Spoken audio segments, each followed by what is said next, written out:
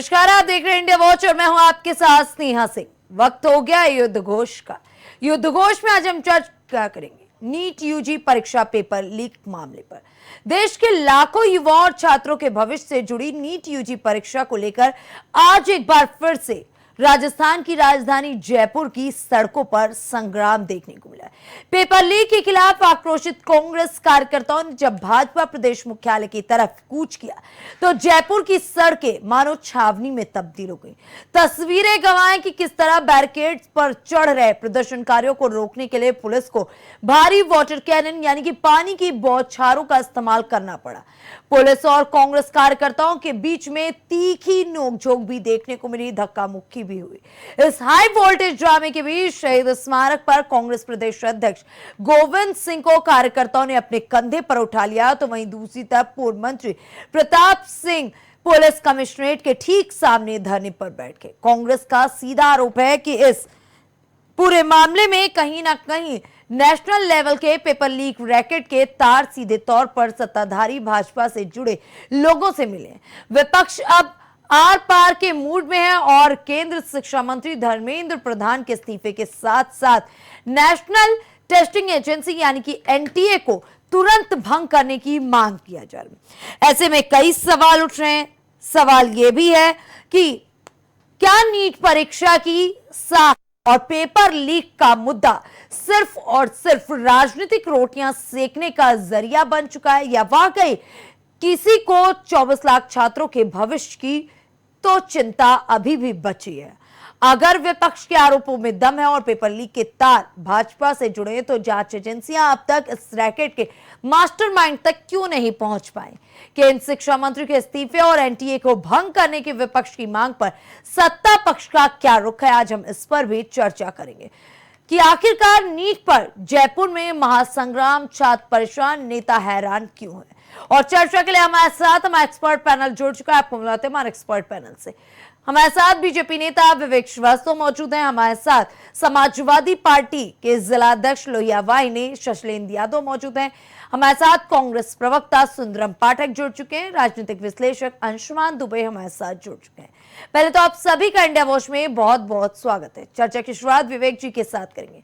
विवेक जी, जब विपक्ष युवाओं के भविष्य और नीट पेपर लीक जैसे मामलों को लेकर सड़कों पर उतरता है तो आपकी सरकार उसे राजनीति कहती है, लेकिन सवाल यह कि नीट परीक्षा की शुचिता पर आखिरकार ये जो गंभीर आरोप लगा है, विपक्ष सीधे तौर पर एनटीए को भंग करने की मांग कर रहा, सरकार इस पर कड़ा और ऐतिहासिक फैसला लेने से क्या हिचकिचा रही है? स्नेहा जी, आपके इन प्रश्नों में दो तीन प्रश्न हैं। जी। विपक्ष का विरोध। जी। विपक्ष जब जब सत्ता में रहा है उसके खुद के दामन दागदार रहे हैं। ये वही कांग्रेस के लोग हैं जिनके समय में रेलवे भर्ती बोर्ड धांधली का अड्डा बन के रह गया था। अभी कुछ दिन पहले राजस्थान की एसआई परीक्षा में कितनी बड़ी धांधली करके गए हैं जी, ये सबको मालूम है। कहाँ से ये नैतिक बल लाते हैं इस तरह के विषयों पे विरोध करने का? आप तस्वीर देखिए ना स्क्रीन पे, किस तरीके से बैरिकेड्स पे चढ़ चढ़ के वही दोगलापन देख रहा हूँ। यही सरकार अभी 2 साल पहले वहाँ पे जब थी तो एसआई भर्ती घोटाला कर रही थी। किस नैतिक बल के आधार पे ये लोग वहाँ खड़े हो जाते हैं? मुझे मतलब इनके साहस को देख के हंसी आती है कि ये दोगलापन, ये ताकत इनके में आती कहाँ से है? एक चीज़। दूसरी चीज़, ये जितने भी संगठित रैकेट हैं पेपर सालभर गिरोहों के, ये कोई आज के बने नहीं हैं, बहुत पुराने चले आ रहे हैं। इस विषय को समझ करके हमारी सरकार ने संसद में इसके लिए कानून बनाया, 10 साल की कैद बा मशक्कत और 1 करोड़ रुपए तक का जुर्माना। ये मोदी जी ने भी किया है, साल भीतर किया है जी। और अब आ जाइए विषय पे। जो घटना घटी, पेपर लीक की जैसे पुष्टि हुई, सरकार ने सीबीआई जांच के आदेश दिए। सीबीआई लगातार धरपकड़ कर रही है, लोग पकड़े जा रहे हैं। अभी कल की रिपोर्ट कि जो कोचिंग इसमें थी उस पर बुलडोजर चल गया जी। पूना में। अब आप बताइए कि इतना सब करने के बावजूद इन्हें सरकार की मंशा पे सवाल है, तो इसका मतलब ये विरोध राजनीतिक है, ये विरोध नहीं है, ये राजनीतिक विरोध है। दूसरा आ जाइए, ये कहते हैं एनटीए भंग कर दो। 21 जून को एनटीए की जो नेक्स्ट परीक्षा है वो क्या कांग्रेस कार्यालय वाले कराएंगे क्या? कौन कराएगा? नेशनल लेवल की परीक्षा है, पूरे देश में उसके सेंटर होते हैं, ये कौन कराएगा? ये कराएंगे। स्टेट लेवल की धांधलियों पे से मुक्ति के लिए ही सुप्रीम कोर्ट की गाइडलाइन पे तो एनटीए का गठन हुआ। अब ज़रूरत उसमें यह है कि जहाँ से लीकेज हुआ है उन लीकेज के छेदों को चिन्हित कर उसको फुल प्रूफ किया जाए। जरूरत उसमें सुधार की है जी। सरकार उस सुधार के कार्यक्रम में लगी हुई है। सरकार नया डेट दे रही है, हमें परीक्षा कराना है, नहीं पूरा सेशन लेट हो जाएगा, और एक दो कॉलेज का नहीं पूरे देश का सेशन लेट हो जाएगा। बिल्कुल। इस सेशन लेट होने से जो एक कह लीजिए कि एक बैचों में जो एक डिस्टेंस डेवलप होगा, इसकी भरपाई कौन करेगा? तो विपक्ष की ये मांग केवल राजनीतिक है और राजनीतिक कालर चमकाने के लिए सड़क पर नौटंकी कर रहे हैं। ये इनका विरोध किसी जमीनी वजूद से सरोकार नहीं रखता, इसलिए जो इनके साथ पुलिस वाले कर रहे हैं वो ठीक कर रहे हैं, और थोड़ा सा कस के दवा इनकी होनी चाहिए ताकि इनका दोगलापन जनता के सामने आए। ठीक है जी शशलेन जी, आज कांग्रेस ने जिस तरीके से प्रदर्शन किया है राजस्थान के जयपुर में और बैरिकेड्स पर चढ़ने की भी तस्वीरें सामने आई, काफी उग्र प्रदर्शन माना जा रहा। दूसरी तरफ उनका साफ तौर से कहना है कि नीट परीक्षा लीक मामले पे जल्द से जल्द कार्रवाई होनी चाहिए, और ये भी कहा जा रहा है कि 2024 में हुआ तब भी नहीं किया आप लोगों ने कोई ठोस कार्रवाई, फिर पेपर लीक हुआ, और समाजवादी पार्टी भी यही बातें कह रही है। क्या प्रतिक्रिया है आपके इस पर? देखिए स्नेहा जी, ये जो नीट की परीक्षा का जो पेपर लीक हुआ ये बहुत ही निंदनीय है, क्योंकि जो नीट की परीक्षा होती है स्नेहा जी, जो इस परीक्षा में बच्चे परीक्षा देते हैं तो उसकी एक दिन से तैयारी नहीं चलती है, सालों साल तैयारी। कोई एक बार के अटेम्प्ट में परीक्षा पास करता है, कोई 2 बार अटेम्प्ट करता है, कोई तो 4-4 5-5 बार अटेम्प्ट करने के बाद तब परीक्षा पास करता है जी। और बच्चे इस नीट की परीक्षा की तैयारी करके MBBS की डिग्री प्राप्त करते हैं, उसके बाद वो डॉक्टरी करते हैं। बिल्कुल। और वो अपने, कोई लखनऊ का रहने वाला है तो जाके कोटा में कोचिंग करता है, या देश के तमाम ऐसे शहर हैं जहाँ पे वो लोग बड़ी बड़ी कोचिंगें करते हैं, जहाँ 4 लाख 5 लाख 6 लाख उनकी फीस हुआ करती है। कुछ लोग जो किसान होते हैं गाँवों में या मजदूर प्रवृत्ति के लोग होते हैं, वो लोग अपने कोई खेतों को गिरवी रखता है, कोई ब्याज पे पैसे लेके, कोई खेत को बेच कर नीट की परीक्षा दिलाने का काम करता है। लेकिन होता क्या है, परीक्षा लीक हो जाती है। स्नेहा जी, ये कोई पहली बार परीक्षा लीक नहीं हुई 2026 में जी। शिक्षा मंत्री धर्मेंद्र प्रधान जी हैं, इनके कार्यकाल में 3 बार परीक्षा लीक हो चुकी, और अब तक 2016 में परीक्षा लीक हुई, नीट परीक्षा 2021 में हुई, 2024 में हुई, और अब की 2026 में हो गई। जब 2024 में परीक्षा लीक हुई तो तत्काल ये जो परीक्षा कराती है एजेंसी एनटीए, जो आप बता रही थी अभी, उस एनटीए के जो तत्कालीन डीजे थे वो सुबोध सिंह थे। जब पेपर लीक हुआ तो सरकार ने उनको उनके पद से हटा दिया जी। डीजे के पद से हटा दिया। उसके बाद छत्तीसगढ़ के मुख्यमंत्री का निजी सचिव बनाने का काम किया। भाई ये कोई पहली बार परीक्षा नहीं लीक हुई, 16 में लीक हुई, 21 में लीक हुई, 24 में लीक हुई और 26 में लीक हुई। अगर कोई कार्रवाई हुई होती, 4 बार परीक्षाएं लीक हुई स्नेहा जी, मैं भारतीय जनता पार्टी के नेताजी से पूछना चाहता हूं कि सिर्फ ये बता दे कितने लोगों को जेल में डाला गया, कितने लोगों को पकड़ा गया। दूसरी बात, इन परीक्षाएं जब ये लीक हुई, इनसे आहत होकर कई छात्रों ने आत्महत्या कर ली। एक छात्र प्रदीप मेघवाल, जिसके पिता ने स्नेहा जी जमीन गिरवी रख के नीट की परीक्षा की तैयारी करा रहे थे, लेकिन जब परीक्षा लीक हुई उस बेटे ने, मेरा तो मन दुखी है, दिल आहत है, आत्महत्या कर लिया। सिद्धार्थ हेगड़े ने आत्महत्या कर लिया। लखीमपुर उत्तर प्रदेश के ऋतिक मिश्रा ने आत्महत्या कर लिया। और अंशिका पांडे, जिसके पिता एक कैब ड्राइवर थे, ड्राइवरी करके वो अपने बच्चों को, एक सपना था कि उनकी बेटी जब बड़ी होगी तो डॉक्टर बनेगी, उनके बुढ़ापे का सहारा बनेगी स्नेहा जी। लेकिन ये जो आत्महत्या है ना, इसको मैं हत्या करार देता हूं। जो अधिकारी इसमें लिप्त पाए जाए या सरकार, उन पे हत्या का मुकदमा चलना चाहिए। जब पिछले गत वर्षों से लगातार नीट की परीक्षा का पेपर जब लीक हो रहा है, सरकार ने क्या कार्रवाई की? और जो लोग इसमें फंसे, और ये भारतीय जनता पार्टी एक मुखौटा है। अभी हमारे साथी प्रवक्ता कह रहे थे, दोगलेपन की बात कर रहे थे।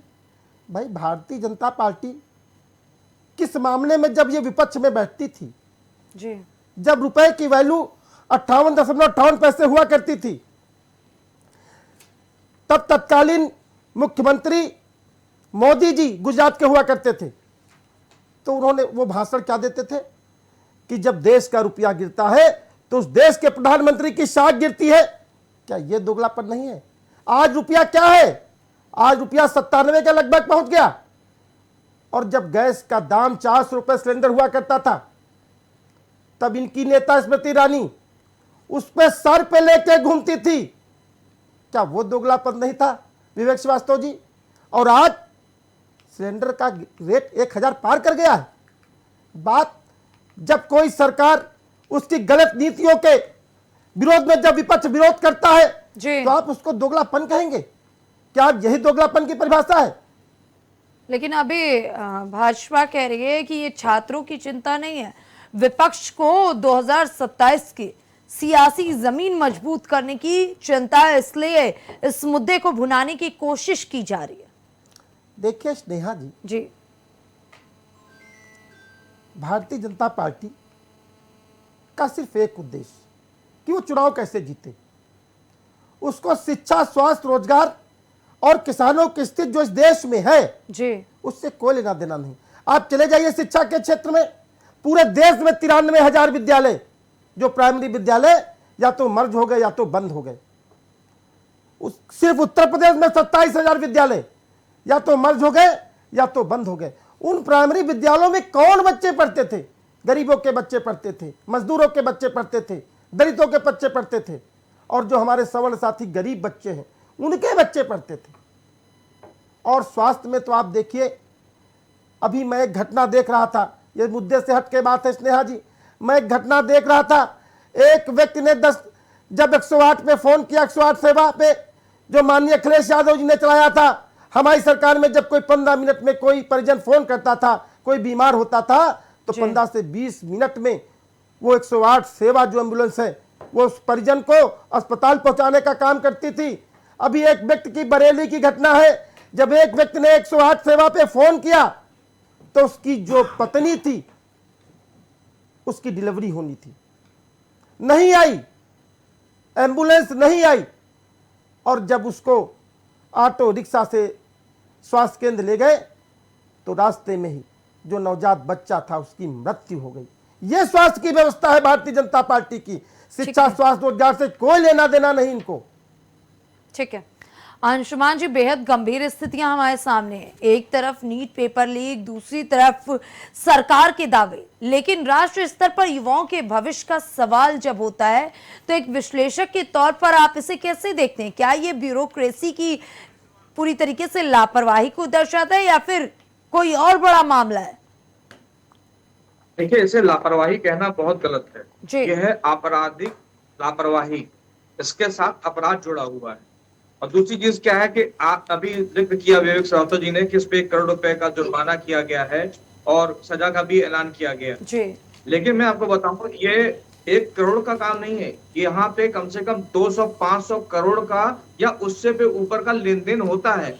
जब पेपर लीक किए जाते हैं उसमें इतनी कमाई का ऑप्शन रहता है, तो उनके लिए अगर वो 500 करोड़ रुपए कमा रहे हैं तो अगर उनको 1 करोड़ रुपए क्या कहते हैं जुर्माना हो या उसके अलावा वो 5, 6, 7, 10 करोड़ भी खर्च करते होंगे, तो आप समझ सकते हैं कितनी राशि जो है उसमें बचती है।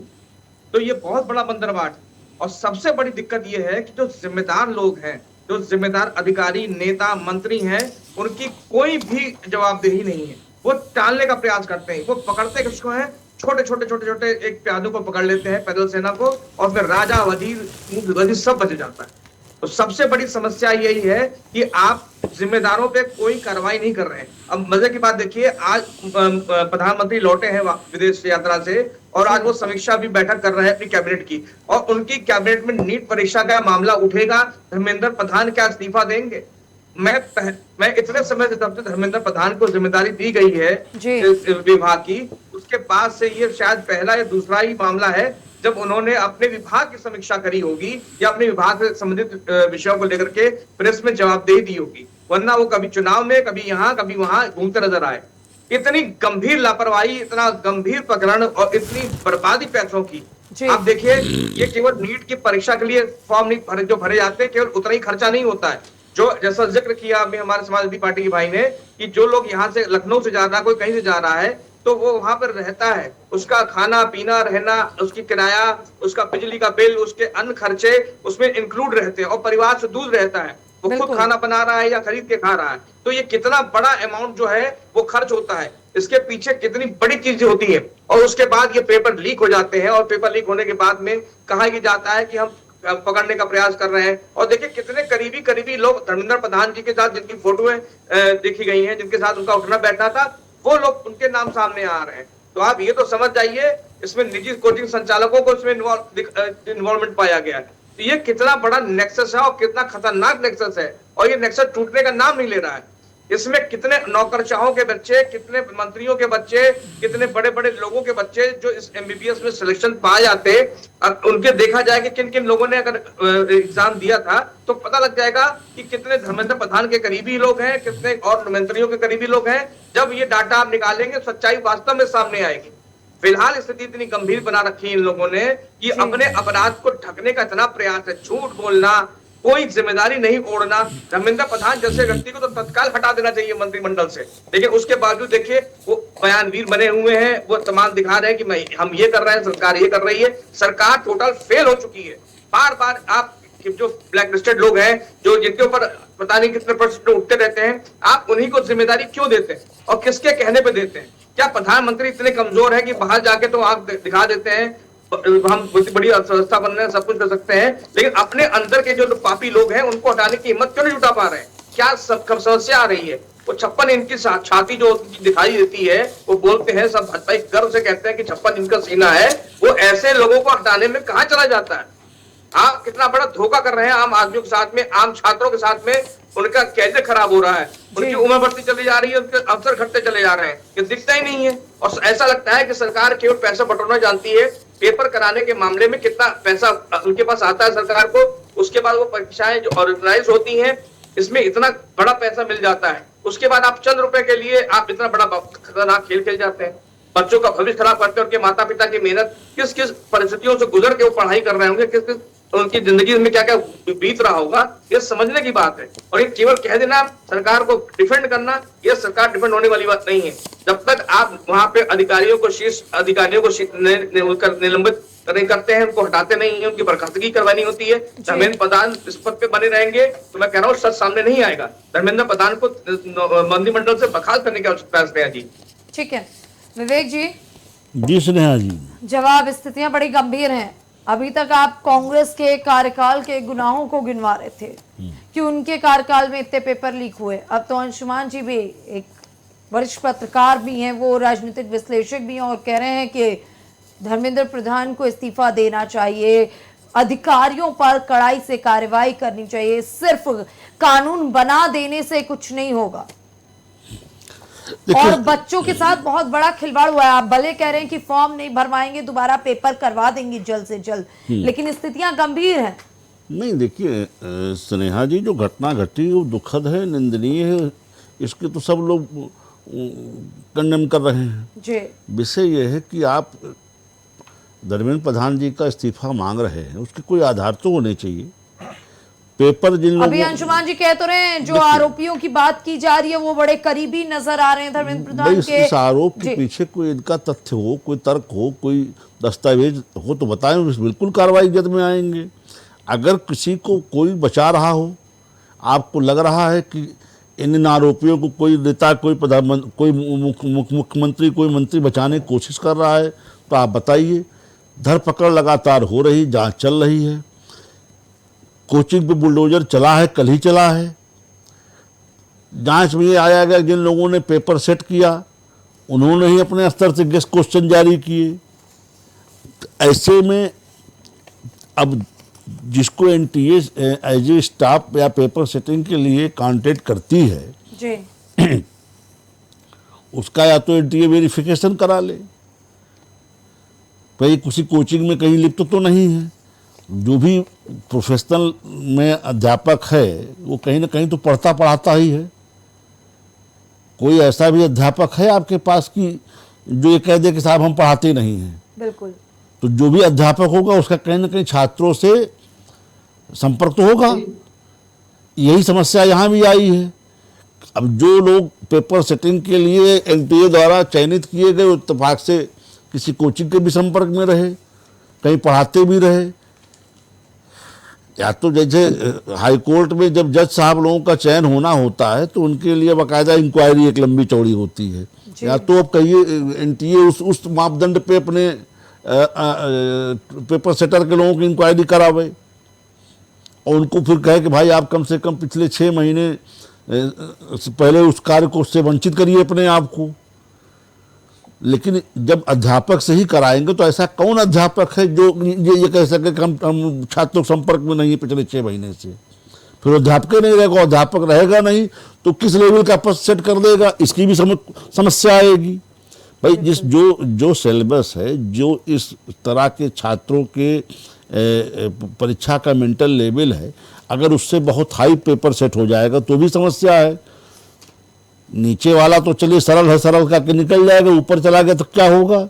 इसलिए जिस भी अध्यापक का चयन करती है एनटीए वो प्रोफेशनल टीचर होता तो उसी को चयन करती है। तो यहाँ तक एनटीए के चयन में तो कोई समस्या है नहीं। अब उन लोगों ने अपने स्तर से जो क्वेश्चन बना के दिया उसी के गेस्ट पेपर भी जारी कर दिए, जबकि ये उनको भी नहीं मालूम होता है कि हमारा ही पेपर सेट हो जाएगा परीक्षा में। 2 सेट बनाती है एनटीए, उन्होंने तो अपने हिसाब से गेस्ट जारी किया, तब उनका पेपर लड़ गया। समस्या ये आई है। अभी देखिएगा जब जांच आगे चलेगी तो इसमें और चीजें निकल के आएंगी। कोई बहुत जरूरी नहीं है कि उन लोगों ने जानबूझ के पेपर आउट किया हो। जैसे हमने एक पेपर बनाया, हमने दे दिया कि साहब देख लेना इसको। अब हमें थोड़ी मालूम है कि 6 महीने बाद जो पेपर सेट होगा यही पेपर सेट एनटीए कर लेगी, तो हमने अपने हिसाब से बच्चों को गेस्ट भी बना के दे दिया। अब उस हमारे गेस्ट को हमारे नाम पे कुछ दलाल टाइप के लोगों ने मार्केट में बेच लिया, तो उसमें कोई जरूरी थोड़ी कि हमारी भी उसी तरह की संलिप्तता हो उसमें। तो ये समस्या आई है। अब इस समस्या का एनटीए कैसे निदान करती है, एनटीए को देखना है कि कम से कम जो भी टीचर हों उनको साल भर 6 महीने ला करके यहाँ अपने यहाँ अंदर खाने बंद रखे, उनसे अकेले में पर्चा बनवावे। जिस तरह की समस्या आ रही है स्नेहा जी, इसमें एनटीए का बहुत रोल नहीं है जी। और इन टीचरों को भी देख लीजिए तो बहुत रोल नहीं है। उन्होंने केवल अपने अपने सब्जेक्ट के पेपर का गेस्ट जारी किया। मतलब ये जो पेपर लीक का पूरा मुद्दा है, छात्रों में आक्रोश है, विपक्ष जो सवाल उठा रहा है, ये लक बाई चांस हो गया। ये इत्तेफाकन एक घटना घटी स्नेहा जी। आप समझिए जो एनटीए का सिस्टम है, एनटीए टीचरों से सब्जेक्ट वाइज पेपर बनवाती है। बायोलॉजी से बायोलॉजी वाले का, केमिस्ट्री से केमिस्ट्री वाले का बनवा लिया, बनवा के पेपर आ गया। और इसी तरह से वो और भी टीचरों से पेपर लेती है, फिर उस पेपरों से वो सेलेक्ट करती है, 2 सेट पेपर तैयार करती है। तो जिसने वो क्वेश्चन बनाया उसको उस टीचर को ये नहीं मालूम कि मेरा ही पर्चा ऊपर जा रहा है। ठीक, एनटीए ने उस पेपर को 2 सेट बना करके सेलेक्ट कर लिया। हमने बना के दिया था जो हमको अच्छे क्वेश्चन लगे थे, हमने उसी को अपने कोचिंग में एज ए गेस्ट क्वेश्चन जारी कर दिया। यहाँ गड़बड़ हो गई। उस गेस्ट को जो लोग ये जानते थे कि यही एनटीए के पेपर सेटर हैं, ये जानकारी का दाम लिया गया है, समझिए खेल इसमें, सूचना का पैसा है इसमें। जो लोग जानते थे कि यही एनटीए के पेपर सेटर भी हैं, उसी गैस को उन्होंने बेच लिया। तो बायोलॉजी वाले का क्वेश्चन बिका और केमिस्ट्री वाले क्वेश्चन बिका, और इत्तेफाक था कि जो कोई पेपर आया तो उसमें क्वेश्चन मैच कर गए। फिर तो पूरी स्थिति ही अलग हो गई है। ऐसे तो फिर देखा जाए तो हर पेपर लीक में कहीं ना कहीं ऐसे ही मामले सामने आ जाएंगे विवेक जी। तो बता तो रहा हूं कि इसमें जो समस्या है ये स्नेहा जी, इसमें पूरा पेपर नहीं लीक हुआ है, बायोलॉजी और केमिस्ट्री का पोर्शन लीक है। तो ये अगर पूरा एनटीए के स्तर से खुराफात होती तो पूरा पेपर लीक होता, फिर ये आधा अधूरा पेपर थोड़ी लीक होता। इसका मतलब कि एनटीए के अंदर इसकी संलिप्तता इसमें नहीं है, एक चीज। दूसरी चीज, प्रेस जहां पेपर छपा वहां की भी संलिप्तता नहीं है, नहीं वहां पूरा पेपर जाता, केवल बायोलॉजी केमिस्ट्री पेपर थोड़ी जाएगा वहां से। अच्छा, जब ये सब कुछ है नहीं तो आप लोगों ने क्यों अगला स्टेप ले लिया कि अब हम ऑनलाइन पेपर कराएंगे? हाँ, अगला स्टेप ऑनलाइन में थोड़ा सा व्यवस्था सुरक्षित हो जाती कि वो आपके नेट पे पेपर दिखता रहेगा, आपके पास 1-1.5 मिनट का समय जो भी सेट करेगी एनटीए, उसी में आपको क्लिक करना है, आगे क्वेश्चन जाए। उसमें भी तो यही टीचर ऑनलाइन में भी पेपर सेट करेंगे ना, उसमें आउट होने का दाव नहीं है ना, आपकी स्क्रीन पर सीधे क्वेश्चन आता जा रहा है, आप क्लिक करते जा रहे हैं, उसके बाद ना आपके पास करने के लिए कुछ बचेगा ना उनके पास करने के लिए कुछ है।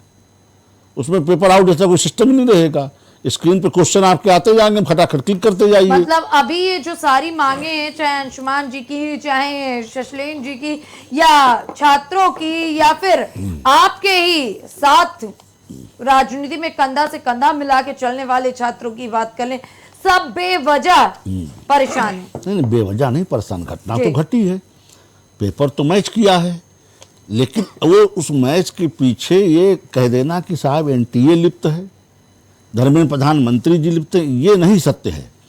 एनटीए अगर इस पेपर को आउट करता तो पूरा पेपर बेच खाता। जैसे अनिल जी यहाँ लोक सेवा आयोग में जब सिस्टम हैक था तो अनिल जी तो खैर उसकी योग्यता भी नहीं रखते थे लोक सेवा आयोग के अध्यक्ष पद की, जब अखिलेश जी ने उनको बनाया था तो यहीं से काफ़ी पर्चा सब अंदर अंदर लिख जाता था। अगर एनटीए इस खुराफात में शामिल होती तो छात्रों को केवल जाकर सेंटर पे दस्तखत करना था, काफ़ी पर्चा अंदर अंदर बन जाता, रिजल्ट आ जाता, जैसे सपा सरकार में आता था, अखिलेश की सरकार में लोक सेवा आयोग का और तमाम परीक्षा एजेंसियों का। लेकिन इसका मतलब एजेंसी में एनएलसी में धांधली नहीं है, धांधली प्रेस में भी नहीं। जहाँ पर्चा छपा, अगर वहाँ पर्चा जाता तो पूरा जाता, ऐसा थोड़ी है कि हिट दिख जाता कि रिजेक्ट नहीं जाता।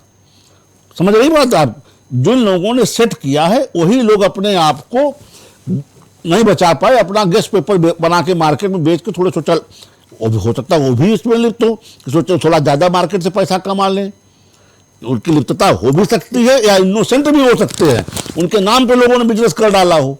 अभी शशलेन जी की नारे जांच का विषय है, 16 में, 21 में, 24 में और आज ये तो 26 में। देखिए श्रेया जी, ये तो इनके आंकड़े हैं, जी ठीक है। देखिए उत्तर प्रदेश में जब जब परीक्षा लीक हमारी जब से सरकार है, हमने लोक सेवा आयोग के सेक्शन अफसर तक को जेल भेजा है, और साल भर गिरोहों के घरों पे बुलडोजर चला है। आज बाबा रासुका लगाते हैं। नाम बताइए। ठीक है, वो महिला थी सेक्शन अफसर, अब तुरंत नाम रिजेक्ट। परीक्षा में किन लोगों को जेल भेजा, किनके घर बुलडोजर चला? नीट परीक्षा में अभी लगातार लोग पकड़ के जेल, अभी कल बुलडोजर चला है। जो आंकड़े बताए जा रहे हैं 2016, 2021, 2024, 2026, 16 में तो आप ही सरकार थी, गूगल में आप 16 में तो स्टेट में आप ही सरकार थी, किसको रोक रहे हैं आप? ये केंद्र सरकार का आती है। इस बार भी तो उत्तर प्रदेश में थोड़ी ना नीट पेपर लीक हुआ है जी, इस बार भी क्या पेपर उत्तर प्रदेश में लीक हुआ है ना? फिर तो ये तो केंद्र का है ना। नहीं, केंद्र की परीक्षा, लेकिन स्नेहा जब देखिए यहाँ टेक्निकल क्वेश्चन है, कोई घटना किसी स्टेट में अगर घटती है तो लॉ एंड ऑर्डर स्टेट का सब्जेक्ट है, वहाँ पे परीक्षा सेंटर पे कानून व्यवस्था को मुस्तैद रखना स्टेट गवर्नमेंट का काम है। जिस स्टेट में लीक की हो जहाँ बता दे हमको, अगर 16 में यूपी में लीक किया तो 16 में यूपी में लीक करने में सरकार तो नहीं की थी, केंद्र सरकार की परीक्षा। अच्छा, परीक्षा तो केंद्र सरकार, राजस्थान में लीक हुई है, अरे भाई राजस्थान से स्टार्टिंग हुई है। तो राजस्थान की परीक्षा ये प्रदेश का मामला नहीं है। तो भाई कहते नीट की परीक्षा केंद्र सरकार का। अभी आप 16 में कह रहे थे ना, 16 में कहाँ लीक हुई है? बताइए, यूपी हुई थी ना।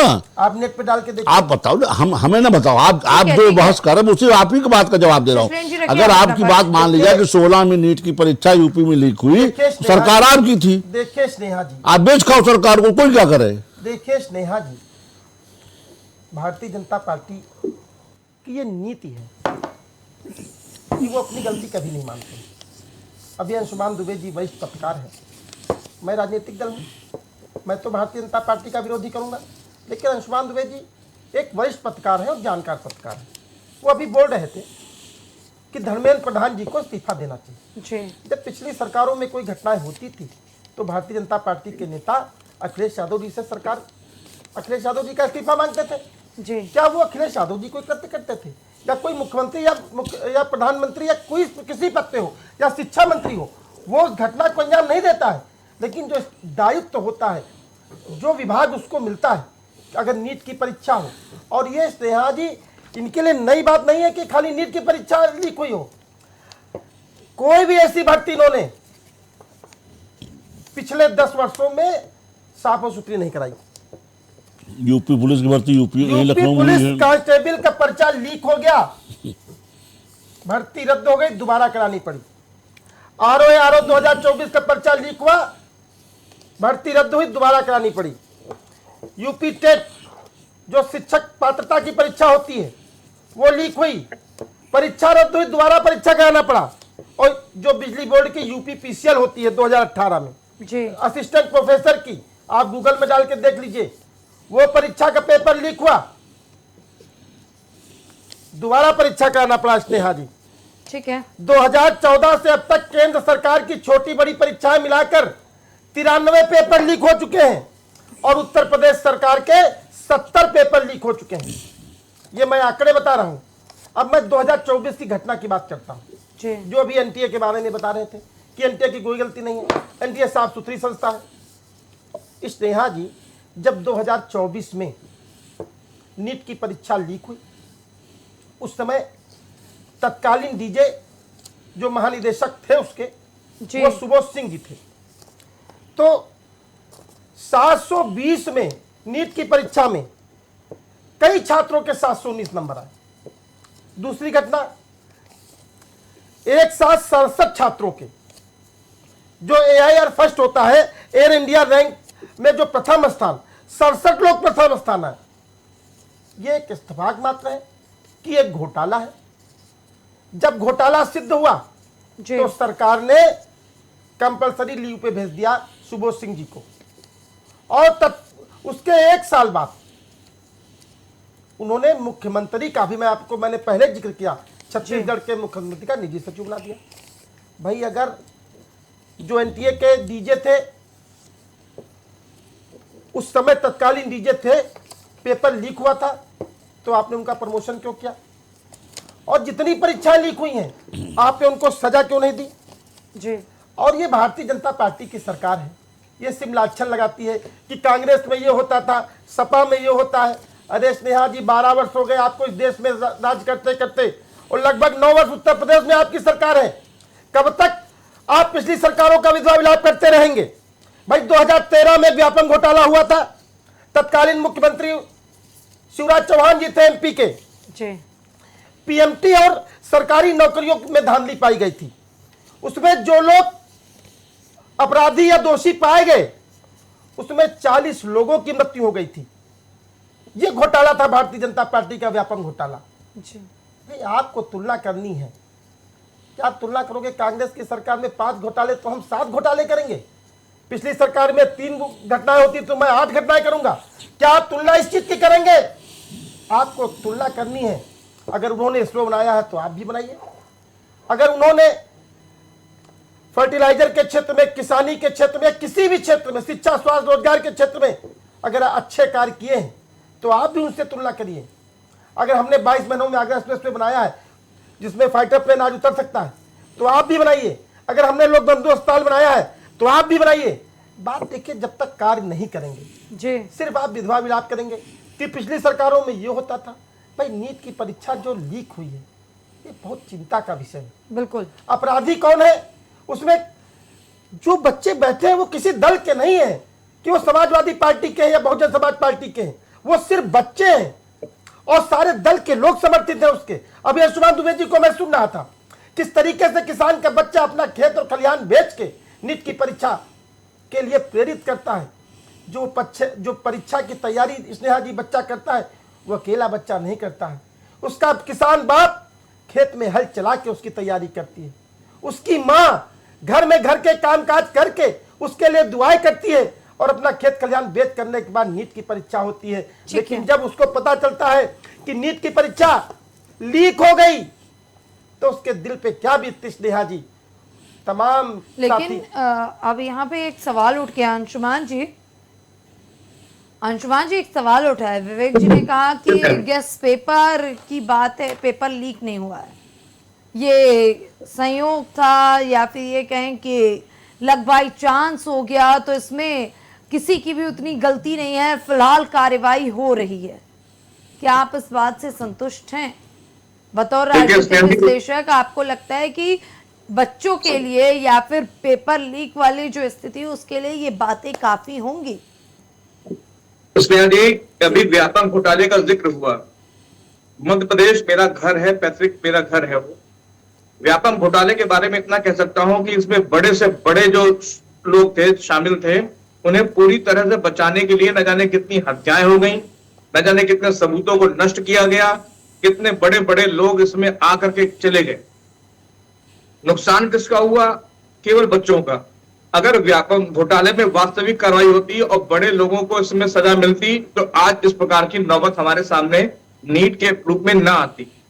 ये जो पूरा प्रोपेगेंडा है, देखिए बड़े बड़े लोगों को मालूम है कि उन्हें किसकी नियुक्ति करनी है, नियुक्ति के बाद उनको अपने लोगों को कैसे इसमें एडजस्ट करना है। देखिए ये जो घोटाले करके भ्रष्टाचार करके लोगों की भर्ती करने की जो एक चीजें हैं, देखिए छोटा मोटा आदमी तो 10, 20, 50 लाख, 1 करोड़ रुपए नहीं देगा कि उसके पास इतना पैसा होता नहीं है कि वो जाकर के पेपर खरीदे और एग्जाम दे। वो होता नहीं। ये वही लोग हैं जिनके पास काला धन भी है, जिनके पास काली कमाई भी है, और ऐसे लोगों की व्यवस्था ही चल रही है। मतलब काले धंधे के पैसे से खरीदी जा रही है और जो बेचने वाला है वो भी उसी सिस्टम का हिस्सा है।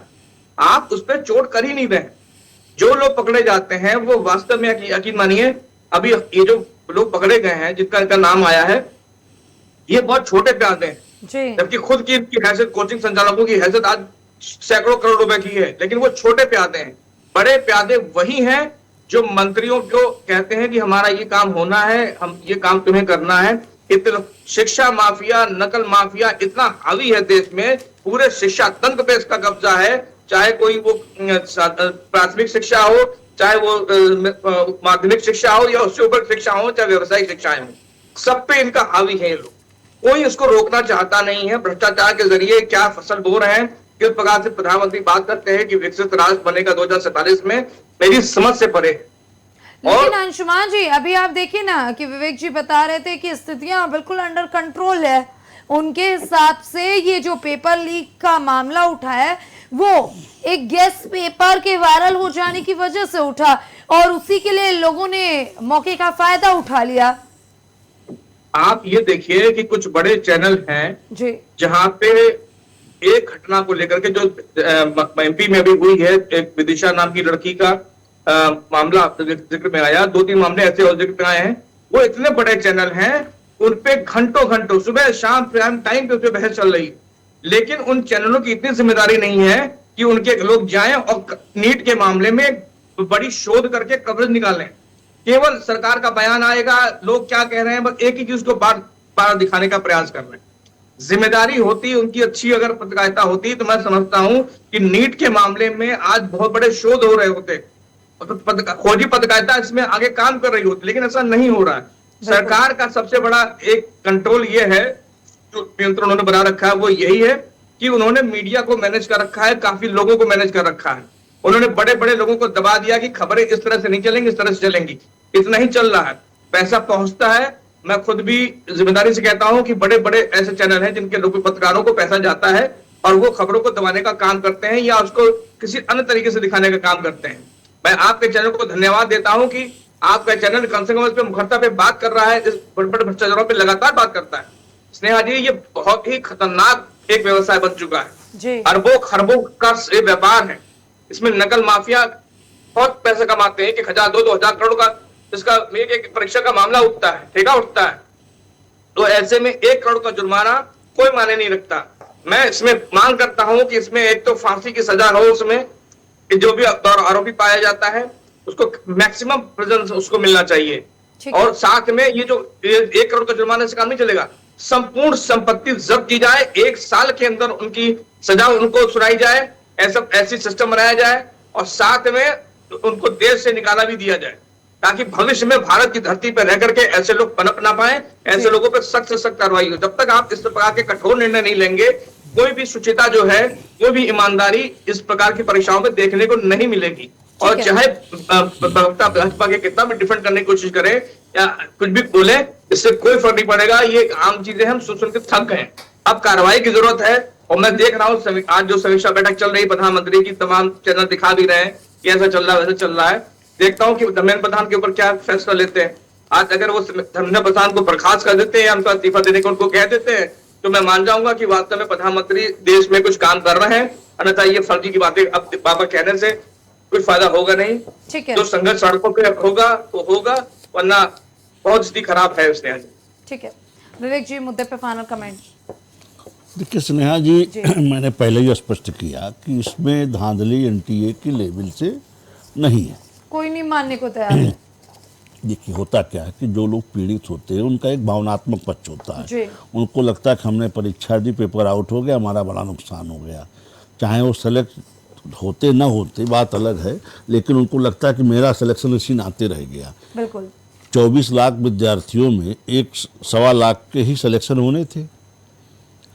इससे ज़्यादा सीटें नहीं है ना टोटल इंडिया मिला करके। बिल्कुल, लेकिन उनको लगता है कि नहीं, हम इसी की वजह से अटक गए। तो ये एक भावनात्मक पक्ष है। सब लोग अपने आप को पीड़ित महसूस कर लेते हैं। सरकार की जिम्मेदारी है कि जिसका जो मेरिटोरियस वही सेलेक्ट होके आए। अगर सरकार इस चीज़ को ना चाहती तो सरकार इस परीक्षा को स्थगित क्यों करती? इसका मतलब सरकार अपने मेधावी छात्रों के साथ खड़ी है। ठीक है, और परीक्षा तंत्र की शुचिता बहाल रखना चाहती है। सरकार ने इसमें तुरंत सीबीआई का आदेश दिया। उस जब इनपुट आना शुरू हुआ, सरकार को लगा कि नहीं, घटना भले राजस्थान में घटी है लेकिन इसकी जड़ें कहीं और भी हो सकती हैं, नहीं तो ये स्टेट लेवल का सब्जेक्ट भी हो सकता था। राजस्थान सरकार इसमें मुकदमा कायम करके अपना जांच करती रहती। लेकिन भारत सरकार ने इसकी गंभीरता को समझते हुए इमीडिएट सीबीआई जांच के आदेश दिए। मतलब सरकार के स्तर से कहीं ढिलाई नहीं है। धरपकड़ शुरू हुई तो पता चला जो पेपर सेट किया है उसी ने गेस्ट पेपर जारी किया है। वो लोग जांच के दायरे में आते गए और गिरफ्तारी होती गई। उसमें कोचिंग वाले का खेल समझ में आया। कोचिंग पर कल बुलडोजर चल गया, बाबा का बुलडोजर कल कोचिंग पे चल गया। ठीक है, तो दंड भी हो रहा है साथ साथ जांच के।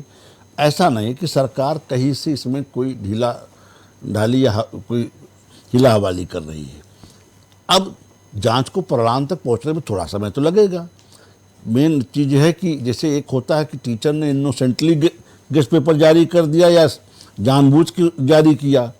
अगर उसके गेस्ट पेपर जारी करने से पहले उसको मालूम था कि हमारा ही पेपर वहाँ सेलेक्ट हो रहा है तो मुलजिम है। चूंकि एनटीए के कानून के हिसाब से ऐसा होता नहीं है। पेपर वो सबसे बनवाते हैं, 2 सेट करते हैं। ये किसी को नहीं मालूम होता कि कौन सा पेपर एनटीए एक्सेप्ट करेगी।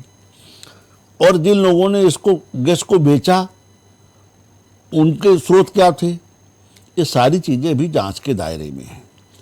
ज़रूरत अब ऐसी है कि ऐसे विषय में जिससे पेपर बनवावे एनटीए, उनको परीक्षा के 3 महीने या 6 महीने पहले से लेकर के और परीक्षा के दिन तक अपने आप पाले रखे, तब तो बच पाएगी परीक्षा।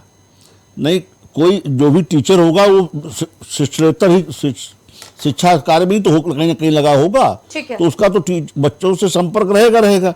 अब किस बच्चे को उन्होंने कब कौन सा क्वेश्चन पकड़ा दिया, ये कौन देख पाएगा? कोई नहीं देख पाएगा। ठीक है, तो ये ऐसी स्थिति में ज़रूरत है कि एनटीए के उस लीकेज को बंद किया जाए, जहाँ से कहीं से ऐसी कोई स्थिति आती है, इस पर एनटीए सुधार करे। और जो लोग सड़क पर नौटंकी कर रहे हैं, जरा अपने गिरेबान भी झांक लें। सरकार को इसमें कटघरे में खड़ा करने का कोई औचित्य नहीं है।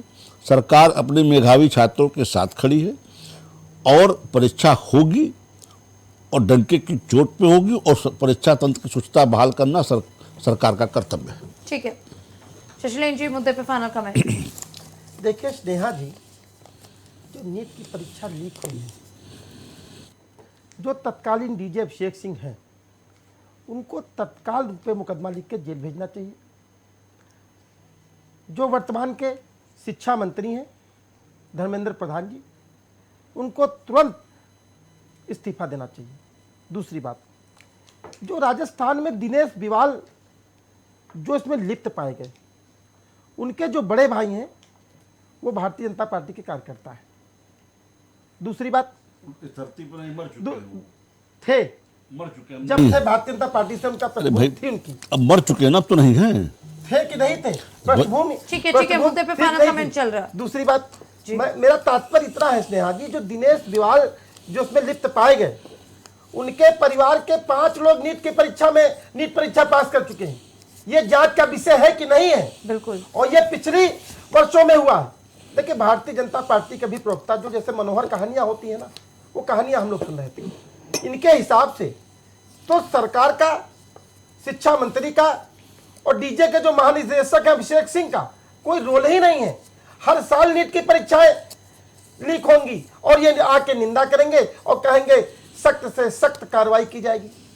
भाई ये सख्त से सख्त वाला जो इनका स्टेटमेंट है, क्या अंशिका पांडे जो आत्महत्या कर ली है, क्या वो वापस आ जाएगी? क्या ऋतिक मिश्रा वापस आ जाएंगे? क्या सिद्धार्थ हेगड़े वापस आ जाएंगे? क्या प्रदीप मेघवाल वापस आ जाएंगे? क्या किसी ने अपने बेटे को खोया है तो किसी ने बेटी को खोया है। स्नेहा जी, बड़ा संवेदनशील मुद्दा है।